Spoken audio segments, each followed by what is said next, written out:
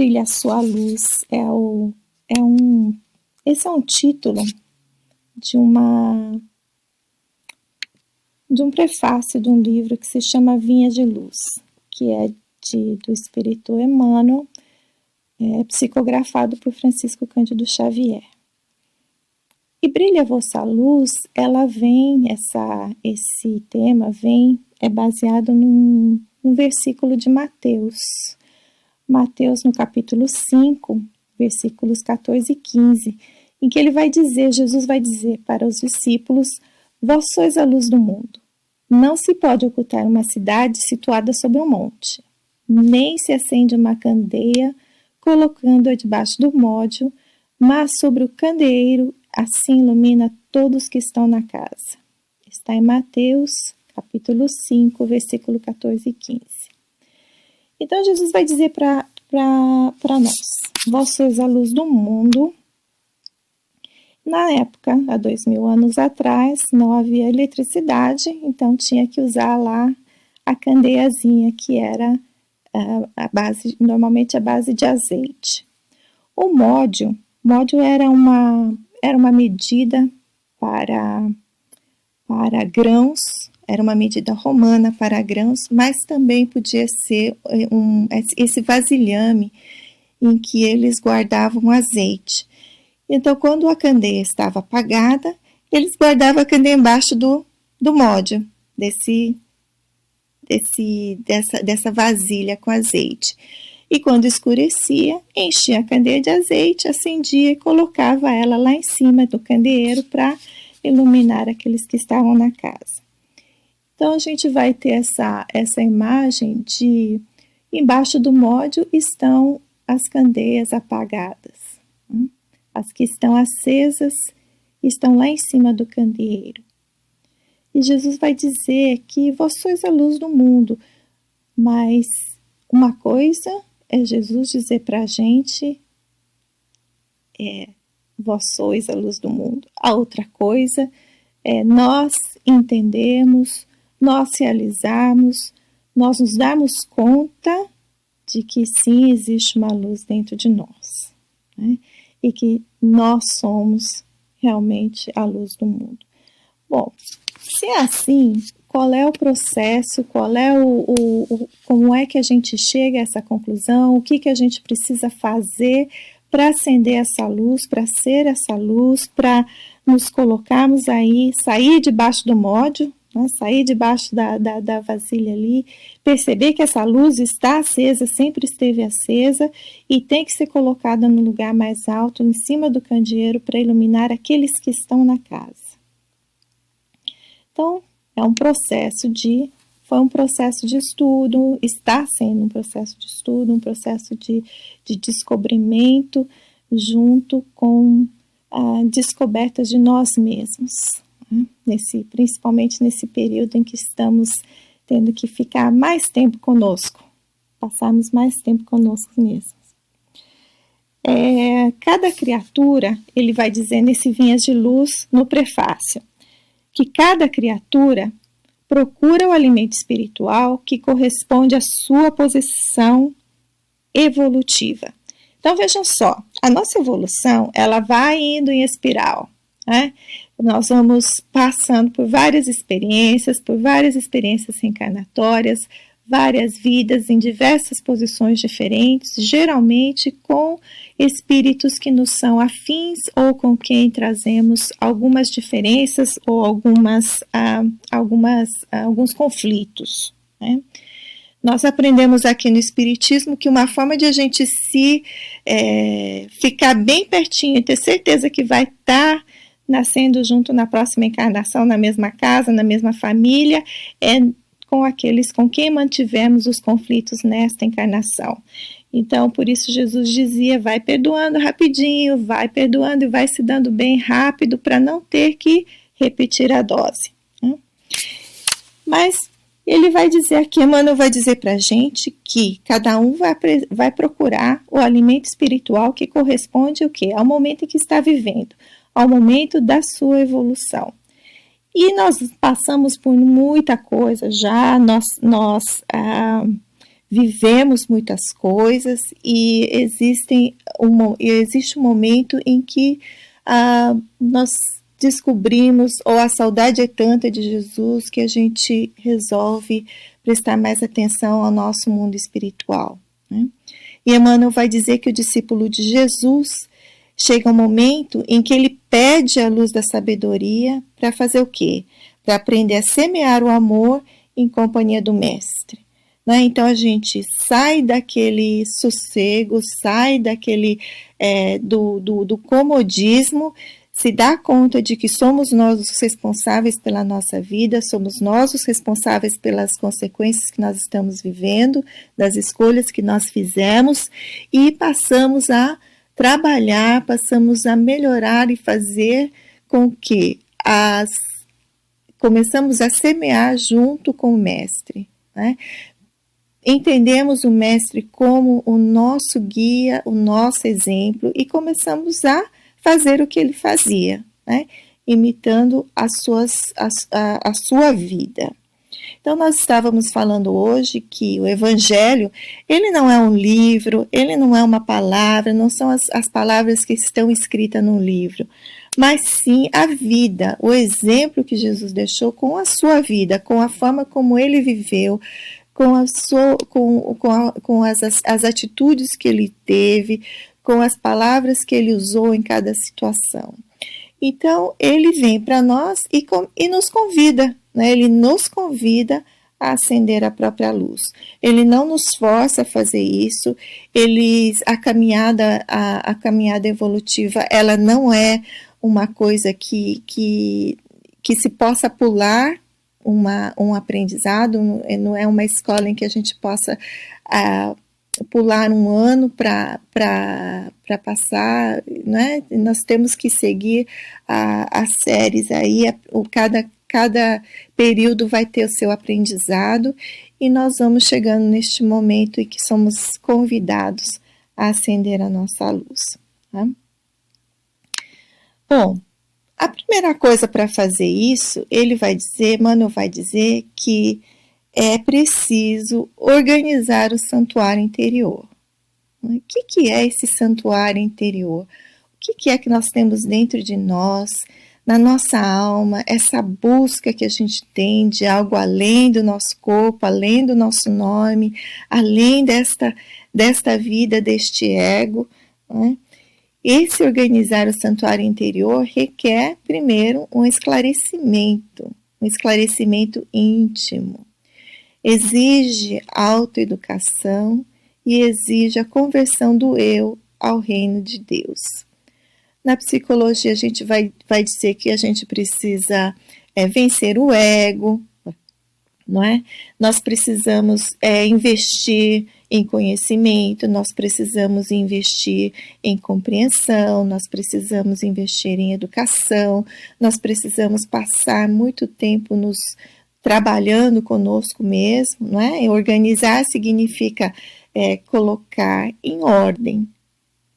Então vai ter muita coisa que nós vamos ter que tirar das gavetas, tirar o pó, vamos ter que jogar fora muita coisa. Os espíritos nos dizem no livro dos Espíritos que um dos maiores problemas da nossa humanidade atualmente são o egoísmo e o orgulho. Então, nós vamos ter que revisar tudo isso, não é? Tudo que o nosso orgulho traz, tudo que o nosso egoísmo traz, vamos ter que rever todos esses arquivos, essas gavetas, essas coisas que nós viemos trazendo por várias encarnações. O que é meu, o que eu acho que é meu, o que eu olho e falo que é meu. Nós vamos ter que revisar muitas dessas atitudes, né? Nós vamos ter que rever o nosso orgulho, a nossa vaidade, a pensar que nós sabemos de tudo. Aquele que pensa que já sabe tudo, não tem como ensinar nada a ele, não tem como a pessoa aprender nada se ela já crê que ela pensa que sabe tudo. Então a mente já se fecha, o coração já se fecha e é muito difícil de se colocar algo ali dentro, não é mesmo? Mas então, em Marcos, essa uma das formas de a gente transformar esse eu para o reino de Deus, em Marcos, ele vai no capítulo 6, versículo 31. Essa era uma situação em que os apóstolos estavam voltando para encontrar Jesus. Eles tinham saído para pregar nas diversas aldeias em volta de Cafarnaum, e eles retornam e se reencontram com Jesus, contando sobre todo o trabalho que eles fizeram, sobre as curas, sobre as pregações e os ensinamentos. E Jesus vai dizer para eles: vinde vós aqui à parte, a um lugar deserto, e repousai um pouco. Porque havia muitos que iam e vinham e não tinham tempo para comer. Então os apóstolos faziam tanto, tinham tanto trabalho, que eles não tinham nem tempo para comer. E às vezes quando a gente fica assim, com muito trabalho no sentido, nesse momento em que a gente avalia o trabalho dos apóstolos, era um trabalho de evangelização, era um trabalho de cura, era um trabalho extremamente importante. Mas se nós fizermos somente este trabalho e não pararmos constantemente para refazermos as nossas forças, o que acaba acontecendo? Nós caímos enfermos, né? E isso acontecia com eles também. Então Jesus trazia esse ensinamento riquíssimo de que é preciso manter a conexão primeira nossa com o Pai maior, né? E é preciso muitas vezes nos separarmos um pouco, irmos a um lugar deserto para fazer essa conexão. E o local deserto não é necessariamente um lugar, espaço, né?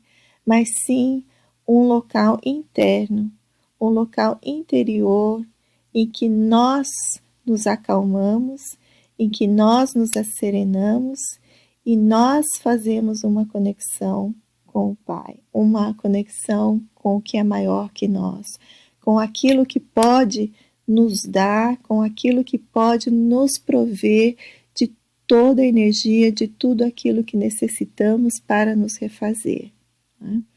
Então, nós vamos aprendendo que tudo que nós temos é emprestado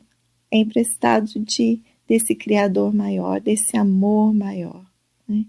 E é necessário que nós constantemente nos mantenhamos ligados a Ele, sim.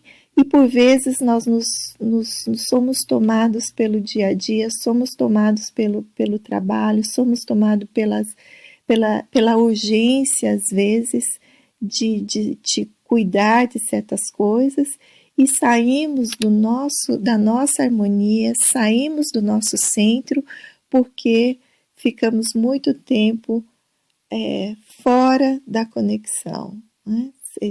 Perdemos essa conexão com o que é maior que nós, com o que pode nos prover. E Jesus faz esse convite às boas obras, né? É um servir de exemplo para que os homens, vendo essas boas obras, rendam graças ao Pai em forma de alegria com a nossa presença. Então veja, faça suas boas obras para que então as pessoas, os homens, deem glória ao Pai, né? Reconheçam as vossas boas obras e deem glória ao Pai. E Emmanuel vai traduzir esse rendam graças ao Pai como alegria à nossa presença. Então, imaginando assim em nós mesmos, não é? Nós como pais, como mãe, o que é que me daria mais alegria em ver os meus filhos fazendo? Vai ter momentos imaginando assim uma família grande com muitas crianças, como a humanidade que somos, não é? Mas trazendo isso para um contexto menor, para uma família em que sejam lá 10 filhos, E vai ter momentos em que os 10 vão estar brigando por causa de um brinquedo, porque um falou, porque um fez ou deixou de fazer. Mas a maior alegria para uma mãe, pelo menos para mim, era ver minhas crianças brincando juntas, né? Ou se ajudando umas às outras a fazer a construir ou fazer aquilo que for, de uma forma fraterna, de uma forma em que um ajude o outro, em que o que sabe mais ensine o outro, o que sabe menos pergunte, não tenha medo de perguntar, não tenha medo de pedir ajuda. Essa é a alegria maior de um pai, de uma mãe. Não é ter as crianças constantemente vindo trazer presentes, ou dizer eu te amo, ou falar o quão bons são os pais. Não. É a vida entre elas, se fazer de uma forma fraterna, se fazer de uma forma amorosa. Assim, muitas vezes minha mãe dizia muito isso, às vezes em casa não é tão importante que as minhas filhas se deem bem, que elas podem brigar em casa, mas fora de casa, o que é que as pessoas estão dizendo de como elas estão se portando?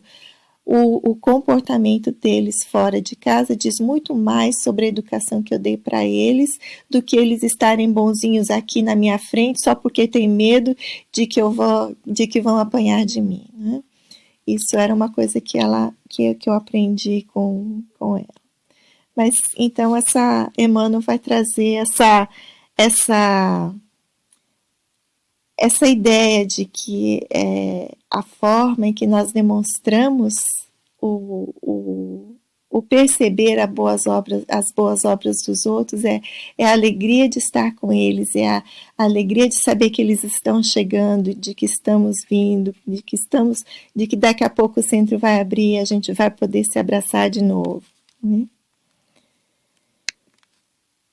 Então eu queria trazer uma história para vocês. Essa história está nesse livro, Antologia Mediúnica do Natal, que é de Francisco Cândido Xavier. São vários espíritos que ditaram as suas... São poesias, são crônicas, são histórias, e essa é de Irmão X, em que Humberto de Campos, em que ele vai contar a história de Pedro, quando Pedro quando ele desencarnou, ele foi também crucificado em Roma, e contando a história de quando ele chegou, no momento em que ele desencarna, Jesus está lá esperando por Simão Pedro. De braços abertos, leva ele aquela alegria de Pedro ver Jesus, e Jesus abraça e leva ele para um local extremamente iluminado, em que tudo era beleza, tudo era paz, tudo era calma. E chegou o momento em que Jesus saiu de lá, ia saindo, e Pedro pergunta para ele: Senhor, aonde vais? E Jesus mostra a parte mais escura do planeta Terra, e ele diz assim: Pedro, enquanto houver um gemido na terra, não me será lícito repousar. Aí Pedro, na hora, ele responde assim: então, Senhor, eu também vou. Eu também não vou repousar enquanto houver qualquer gemido na terra.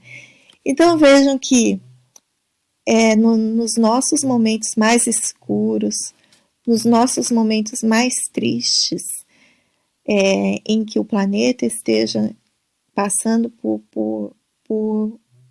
sofrimento, por dores muito grandes, vejam quem é a luz maior que está ao nosso lado, né? Então, enquanto ainda houver um gemido na terra, nós podemos contar com esse mestre, com este guia, com este governador. Este barco não está à deriva, nós não estamos sós. E ele vai dizer, então, que Emmanuel vai nos dizer que esse brilho, quando Jesus disse, vós sois luzes, ele deu também uma grande responsabilidade a cada um de nós, né? A cada um que aceite essa postura de ser luz. Ele deu essa missão, porque a missão da luz é clarear, é acabar com as sombras, é salvar vidas à custa do combustível que lhe serve de base. Então, lembra da candeia que a gente viu lá no primeiro slide? A candeia, ela queima o próprio azeite que está ali dentro dela, né? Esse azeite é o combustível dela. O que é o nosso combustível? O que é que nós temos que queimar de nós mesmos, né? O nosso egoísmo, do nosso orgulho, do nosso pensar que nós somos muito, que nós podemos sós, podemos a fazer e acontecer sós e não podemos, né? Muitas dessas coisas são mudanças, transformações que nós precisamos passar para clarear ainda mais, para sermos mais luz. É uma responsabilidade porque a luz, ela não pergunta aqui, este quarto, aquele quarto, ou esta parte do quarto eu vou iluminar, aquela parte não. O auxílio é indistinto para todos. Ela clareia a sala inteira sem perguntar se merece ou não, sem perguntar se você for bonzinho ou se você for mal. Não, ela ilumina todos que estão ali. E isso é oferecer. Ser luz é oferecer o quê? O melhor de nós. O melhor que nós temos dentro de nós. Agora, esse oferecer o melhor de nós, é uma coisa que requer uma constante transformação. Uma transformação, ela já... Dr. Sérgio Felipe de Oliveira, ele tem uma palestra em que ele vai falar sobre isso, sobre a transformação nesses dias do Covid-19, do coronavírus. Ele vai dizer que a transformação é uma mudança da forma, mudança para melhor, não é? Porque se for para pior, é uma deformação e não uma transformação. Então, nós temos que estar em constante transformação, que é uma mudança para melhor.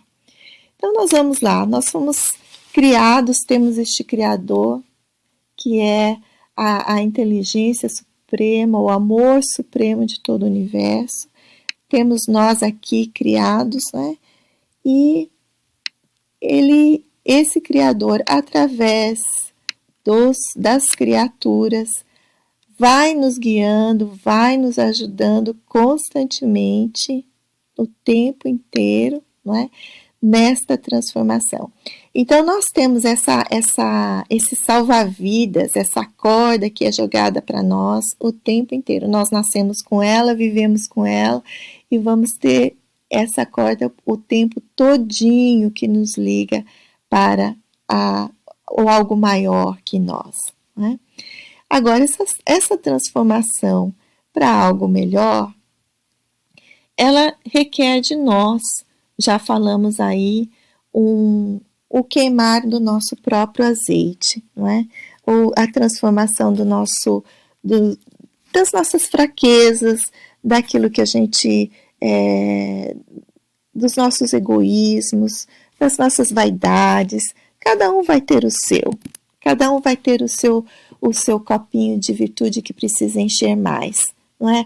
Alguns precisam trabalhar com a paciência, outros precisam trabalhar com a fraternidade, outros precisam trabalhar com a fé, outros precisam trabalhar com o perdão. Cada um vai ter o seu, mas nós vamos conseguindo essa transformação através desses trabalhos com essas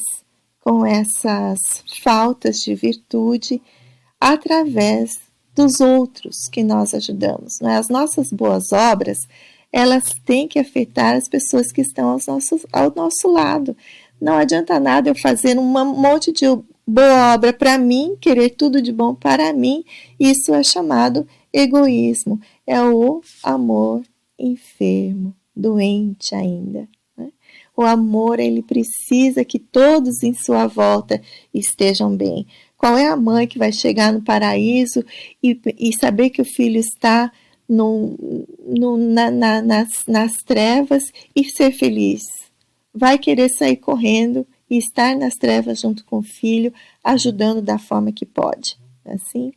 Então é isso que vai nos transformando, é isso que vai trazendo mais luz para cada um de nós, para dentro de nós.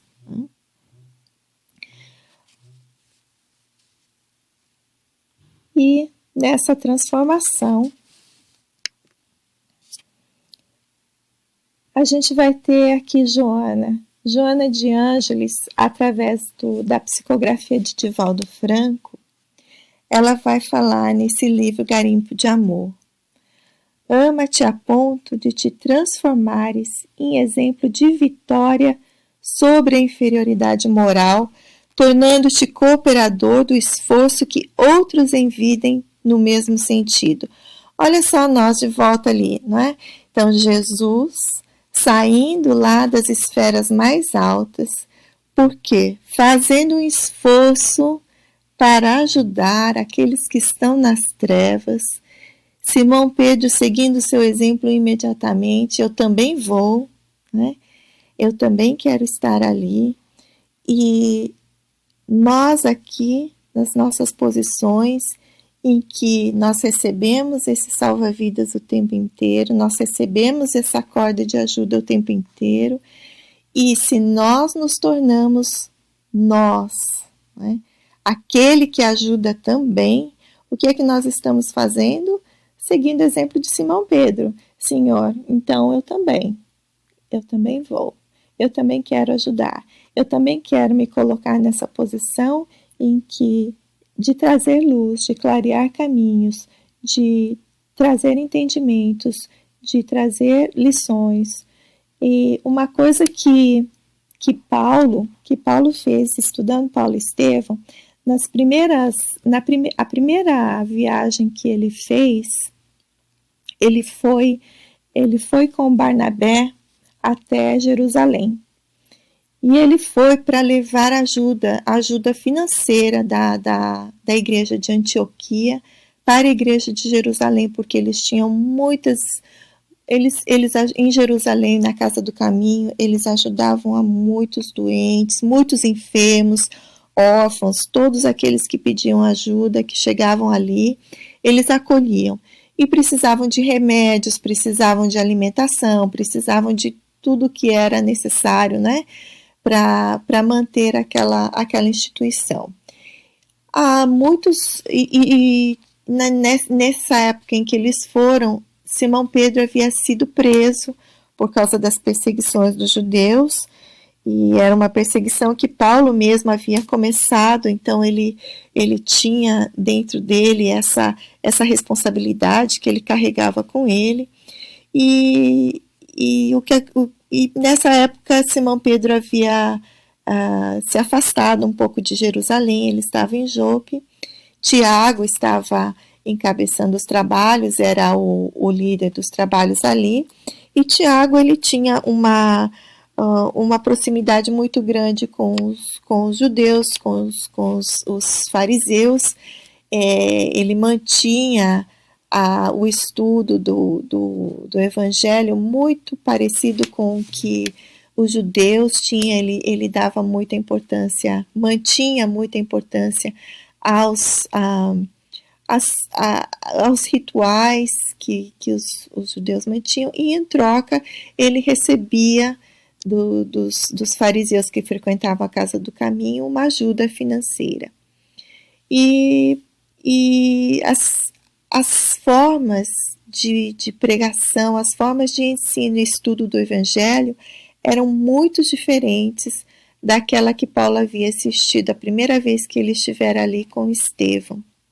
E ele, conversando com Barnabé na volta de Jerusalém a Antioquia, eles estavam caminhando de volta, ele convence Barnabé de que é muito importante continuar as pregações do Evangelho do Cristo da mesma forma que era feita antes por Estevão, que era feita por Simão Pedro e João, porque senão dentro em pouco esses ensinamentos iam ser perdidos, eles iam ser mero instrumentos do farisaísmo como era antes, ia ser como uma outra igreja dentro do próprio judaísmo, né? Uma outra linha dentro do judaísmo, como eles tinham os fariseus, eles tinham os saduceus, eles tinham os essênios, os nazarenos, eram de linhas diferentes do mesmo judaísmo. Então, Paulo tinha essa visão, nós temos que trazer esses ensinamentos do Cristo, porque as pessoas vão mudar a sua forma de ver, né? É importante, sim, cuidar, tratar dos enfermos, é importante cuidar dos órfãos, é importante alimentar aqueles que têm fome, mas também é importante trazer esta visão do Evangelho que Jesus traz para nós, porque as pessoas vão começar a ver o próprio sofrimento de uma forma diferente. Elas vão ver que a sua vida de hoje elas foram as responsáveis por aquilo que estão vivendo, são consequências das suas próprias escolhas, e vão ver isso com essa visão que Jesus traz. Elas vão começar a perceber que a importância de que talvez esse sofrimento que a gente tem aqui no plano físico, neste plano em que nós estamos vivendo, na matéria, seja o que vai libertar o espírito, porque Jesus veio trazer essa ideia da vida espiritual, que existe vida além do físico, que este corpo, essa matéria é temporária, que todos nós vamos para a vida que é real, que é a espiritual. E chegando lá, talvez com esta visão de que passamos por sofrimentos no plano físico, passamos por enfermidades no plano físico para curar o corpo espiritual, as pessoas passem por essa vida com muito mais tranquilidade, com muito mais serenidade, com muito mais resignação. Então, Paulo tinha essa ideia e por isso ele sai viajando e trazendo essa mensagem para todos que não eram do mundo judaico, né? E se torna o apóstolo da gentilidade no processo. Mas, voltando aqui, tornar-se o cooperador é nós, então, nos vermos, né, como uma pessoa que sim já tem um salva-vidas, sim já tem um pouco de luz dentro de si e pode usar essa luz para iluminar, para ajudar, para servir, para ter fé, para ser um exemplo de fé, para perdoar, para ser mais fraterno, para ser mais amoroso no momento em que for necessário, né? Da mesma forma em que essa amorosidade também pode ser uma palavra mais exigente, uma palavra mais dura, se o momento for necessário. Vejam que Jesus sempre teve a resposta de cada um que foi procurá-lo. Alguns tiveram a resposta: vem, larga tudo que você tem e me segue, né?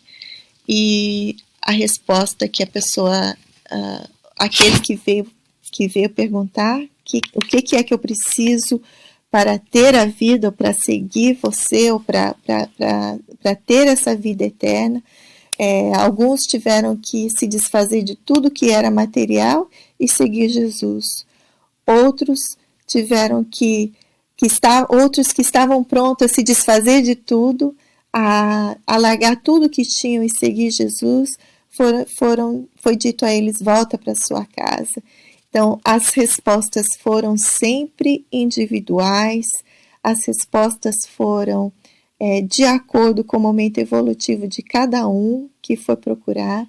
As respostas são pessoais e intransferíveis. Então, quando nós buscamos o Evangelho, nós temos a resposta individual de cada um de nós, mas em que cada um no seu caminho já tem condições de ser a luz do seu universo.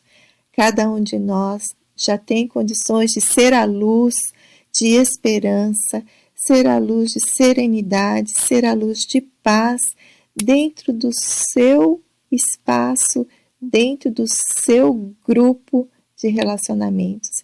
que seja de um, que seja de dois, que seja de milhares, cada um de nós está no seu momento, né? E não vai ser exigido de nós nem 1 milímetro, nenhuma gota além daquilo que nós podemos. Então, se você acha, se nós estamos sentindo que está sendo muito, que está sendo demasiado, podem ter certeza que o frio vem de acordo com o cobertor, né? Porque nós podemos passar, é porque nós podemos conquistar mais este desafio. Está lá no Evangelho segundo o Espiritismo, no primeiro capítulo. O Evangelho segundo o Espiritismo, ele trabalha com, primeiro é um versículo que está no Novo Testamento, depois vem o comentário de Kardec sobre aquele versículo, e depois vem os ensinamentos dos Espíritos. E nesse primeiro capítulo, o Espírito Fénelon vai falar sobre este trabalho do Evangelho, mas ele vai fazer esse comentário, que a revolução que se prepara é mais moral do que material. Os grandes espíritos insuflam a fé para que vós, obreiros esclarecidos e ardentes, façais ouvir a vossa humilde voz. Vós sois o grão de areia, mas sem eles não haveria montanhas. Assim que as palavras nós somos pequenos não tenha sentido para vós. A cada um a sua missão, a cada um o seu trabalho. Então, vocês lembram ali que eu coloquei para a gente o que vinha lá de cima, aquele sol maior e os sóis menorzinhos que vão chegando até nós? É a hierarquia evolutiva dos espíritos, né? Então, mas através deles vão chegando até nós essa inspiração, vai chegando até nós esse cuidado, esse amor que Deus tem por nós, vai vindo, vai se materializando através deles nas nossas vidas, dentro da nossa compreensão, né? Mas que esse conselho,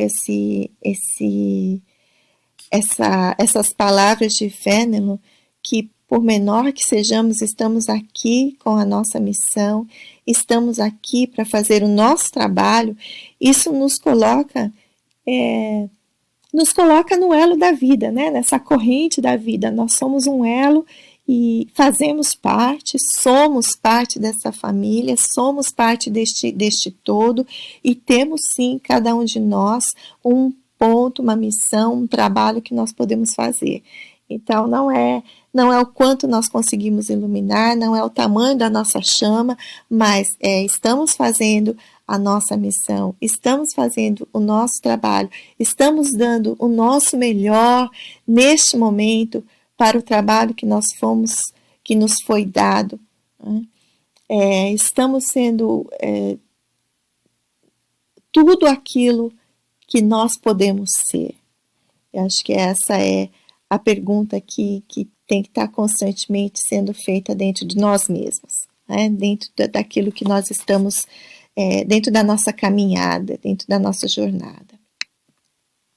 Então, não importa se a gente é uma estrelinha ali pequenininha que mal se vê no céu, ou se somos o sol, como Jesus é o nosso sol, né? Brilhar a nossa luz, brilha a sua luz, é o quê? É aceitar esse convite de fazer a boa obra. Nós vamos começando com a nossa autotransformação, nos melhorando, vamos assumindo a responsabilidade dessa nossa posição na cadeia da vida e vamos, dentro da nossa possibilidade, clareando, servindo, repassando essa luz que nós recebemos do alto constantemente, sem parar. Não existe um momento sequer que estejamos fora de Deus, não existe fora de Deus, né? Tudo está e é em Deus. É o momento de estamos arregaçando as mangas o suficiente, estamos fazendo tudo que nos é pedido, tudo que nos é possível fazer, estamos sendo pacientes o suficiente. Será que estou tendo em mim a fé e a serenidade que o momento requer.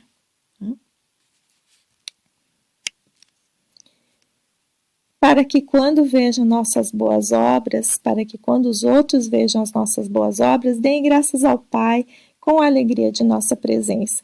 Então, existe uma coisa que Marisa falou, que nós somos muito abracentos, e é muito sofrido este momento em que nós não podemos estar juntinhos, assim, nos abraçando, nos curando mesmo, não é? nos amando de uma forma mais próxima. Mas estamos aprendendo, eu acho, estamos nesse processo também, aprendendo a sentir cada vez mais o que é do Espírito. O Espírito não tem espaço, o Espírito não tem tempo, não tem local. E nesses momentos que a gente sente o toque amigo através de uma palavra, através de uma mensagem, através de um pensamento, através de um encontro virtual, que façamos. As famílias estão cada vez mais usando as possibilidades virtuais para se falarem, para se verem. Hoje em dia nós falamos com amigos que não falávamos há anos e estamos falando quase que semanalmente. Essa proximidade está sendo oferecida, este tempo está sendo oferecido. Ao mesmo tempo, existem outras pessoas que estão sendo chamadas a saírem de suas casas, a passarem horas e horas em hospitais, sejam eles enfermeiros, sejam eles médicos, sejam eles o pessoal da limpeza, o pessoal da portaria, o pessoal que dirige as ambulâncias, e cada um de nós está sendo chamado de uma forma diferente, mas que usemos então este chamado, que usemos esta oportunidade para crescermos, para sermos luz. Então eu quis trazer para vocês, André Luiz fala em vários livros dele que a calma, o lago calmo, as águas calmas, elas refletem melhor a luz. Então, acho que este é o momento para que nós nos acalmemos, para sermos um melhor reflexo, sermos um espelho melhor da luz divina, e que a paz do Mestre, que a sua serenidade perante a vontade do Pai em todos os momentos, nos inspire nesta noite e nos guie nestes dias. Era isso que eu tinha para dividir com vocês. E nós vamos passar aqui para vocês os avisos agora, né, sobre as palestras que vão ter no sábado e no domingo. Sábado vai ser às 11h30, nós ainda estamos fazendo tudo pela internet, pelo Face. Vai ser Bem-aventurados os Misericordiosos, com a Eliane Clatter. E no domingo nós vamos ter, às 11h30, vai ser Humberto Fabre, Jesus, Nicodemos e a Reencarnação. Os 2 dias, sábado e domingo, vai ser às 11h30, no Facebook do KCSF, vai ser a live. Ok? E nós vamos agora fazer a nossa prece final. Convido a todos novamente a fechar os olhos e a nos reconectarmos, a nos ligarmos através dos nossos corações, através da nossa vontade, do nosso pensamento, em uma prece de agradecimento ao Pai Maior, aos espíritos que nos acompanham, aos espíritos de luz que nos inspiram. Pedimos, Pai, que todos nesta noite, que todos que estão ligados através de um pensamento, através de um desejo de se conectarem com teu amor maior, sejam atendidos em suas preces, que cada um que busque o conforto, que busque a cura, que busque a resposta, seja consolado, confortado, e que nós possamos compreender dentro de nossos corações o seu tempo e a sua vontade. Que seja feita sempre a sua. Desejamos a todos uma boa noite, um bom descanso, e que A paz do Mestre esteja conosco. Que assim seja.